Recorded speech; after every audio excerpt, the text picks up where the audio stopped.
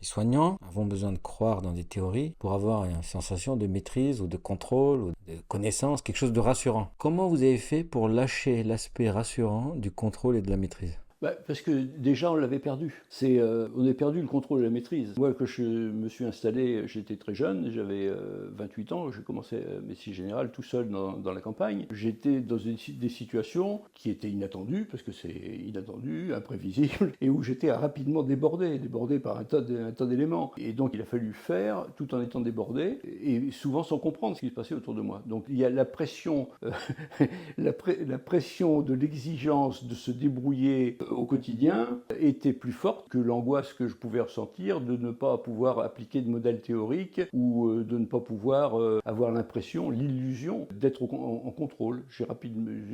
J'étais déjà plus en contrôle dès le départ. Voilà, c'est à peu près ça. Pour lâcher prise, etc.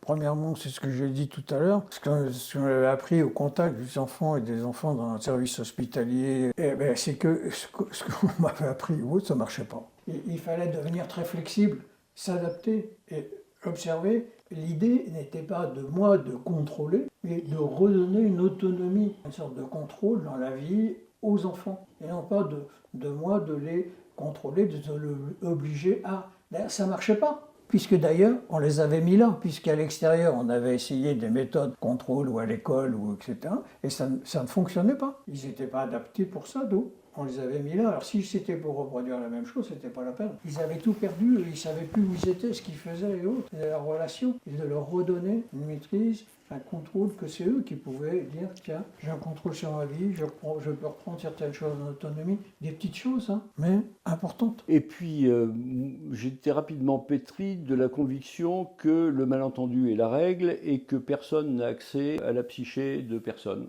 Et donc, chacun d'entre nous est parfaitement étanche et qu'il est impossible de se mettre à la place d'eux ou même d'analyser ce qui se passe dans la tête de l'autre. Ça, c'est quelque chose qui, soit ça faisait partie de ma personnalité, soit c'est apparu à l'usage, mais c'est quelque chose dont je suis absolument certain. On n'a pas la possibilité de faire à la place de l'autre, et on n'a pas la possibilité de se mettre à la place de l'autre, et on n'a pas la possibilité de comprendre ce qui se passe à l'intérieur de l'autre. Or, on est dans un monde dans lequel la logique linéaire est encore dominante. Je pense qu'elle en a pris un petit coup dans l'aile, mais elle est encore dominante, et où on est toujours, et encore, même avec des techniques aussi intéressantes que l'hypnose, on est encore en train de chercher les causes pour essayer de résoudre les conséquences. Voilà, on en est encore là. Moi, je suis guéri de ça depuis bien longtemps. Je suis vacciné. Je pense qu'on n'a pas accès aux causes. Je pense que même si on avait accès aux causes, ça n'aurait aucune influence sur les conséquences. Et je pense avec Jacques Pichot, mais ça, il a tellement honte qu'il va peut-être pas en parler, que mon état actuel, mon état d'aujourd'hui, est plus déterminé par l'idée que je me fais de ce que sera mon demain que par l'ensemble des événements qui sont censés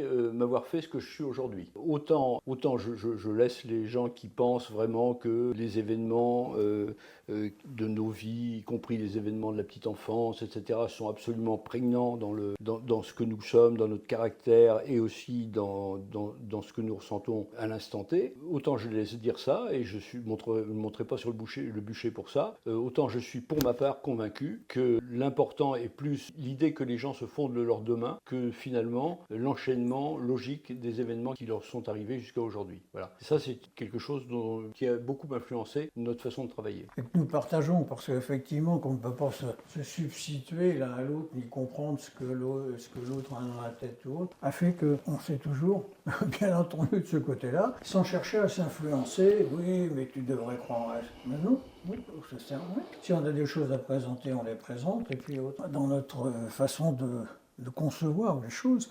Cette empathie, on a une formule qui dit qu'on a de l'empathie que par soi-même.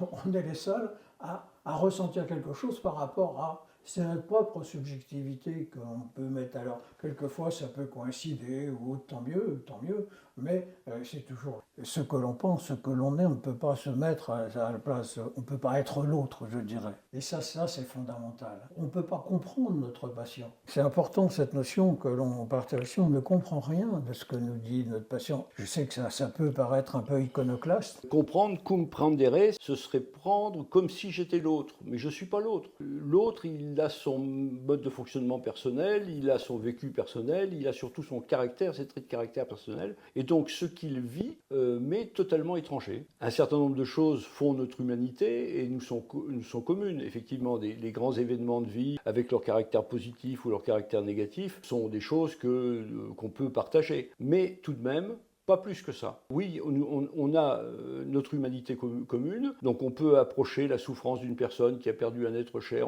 etc.